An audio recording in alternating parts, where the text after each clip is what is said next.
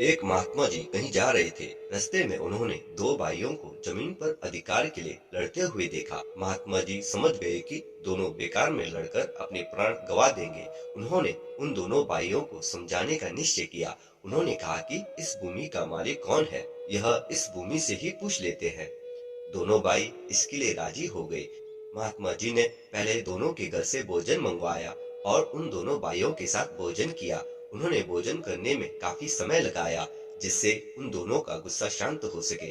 भोजन के बाद दोनों भाइयों ने भूमि के मालिक का निर्णय करने के लिए कहा। महात्मा जी ने धरती पर कान लगाया, जैसे कि वे कुछ सुन रहे हो। उसके बाद उन्होंने उन दोनों भाइयों से कहा कि यह भूमि कह रही है कि वह तुम दोनों में से किसी की नहीं है। हाँ, तुम दोनों अवश्य इसके हो। इसने तुम्हारी कई पीढ़ियों को पाला है और आते जाते देखा है। यहाँ सुनकर दोनों भाई शर्मिंदा हो गए। दोनों भाई को शांत देखकर महात्मा जी ने उन्हें समझाया कि यह जमीन जायदाद धन दौलत आज तक किसी के नहीं हुए।